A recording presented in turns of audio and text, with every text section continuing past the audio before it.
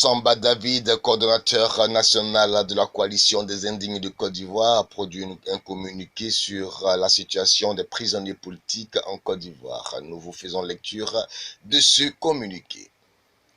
De la libération des prisonniers politiques. En 2010, lors de la campagne présidentielle, Alassane Ouattara avait juré qu'il n'y aurait plus jamais de prisonniers politiques sous son mandat. Arrivé au pouvoir au terme d'une guerre fratricide qui a pris fin par l'arrestation du président Laurent Gbagbo le 11 avril 2011, M. Alassane Ouattara a fait emprisonner de nombreux cadres, militants et sympathisants du FPI pour asseoir et stabiliser son pouvoir. Les plus chanceux ont été contraints à l'exil. Malheureusement, certains sont revenus dans leur pays, les pieds devant, ils sont morts en exil. La liste des personnalités et des personnes anonymes est très longue. Aujourd'hui encore, l'essentiel des détenus militaires de cette période croupissent dans les geôles.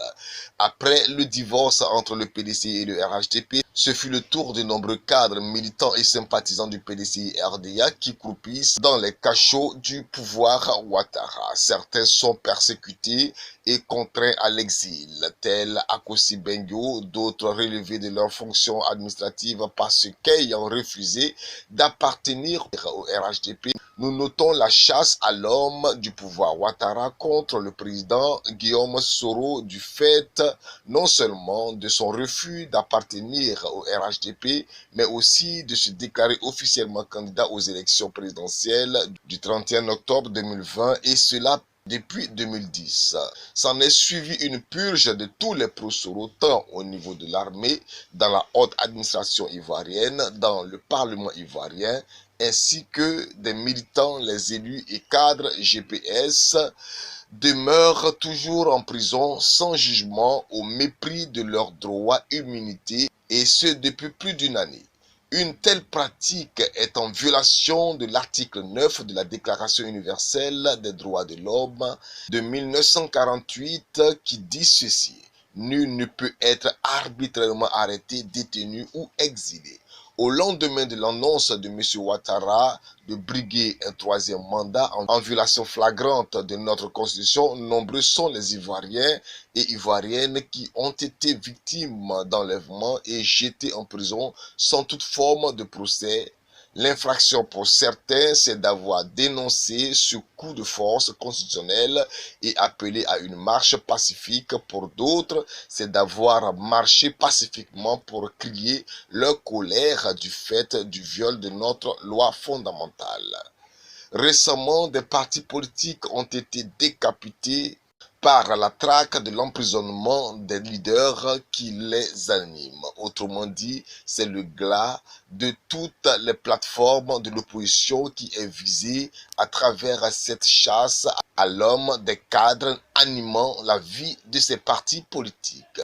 La coalition des indignés de Côte d'Ivoire a toujours dénoncé des risques de violation dont les conséquences seraient incalculables, mais hélas en vain.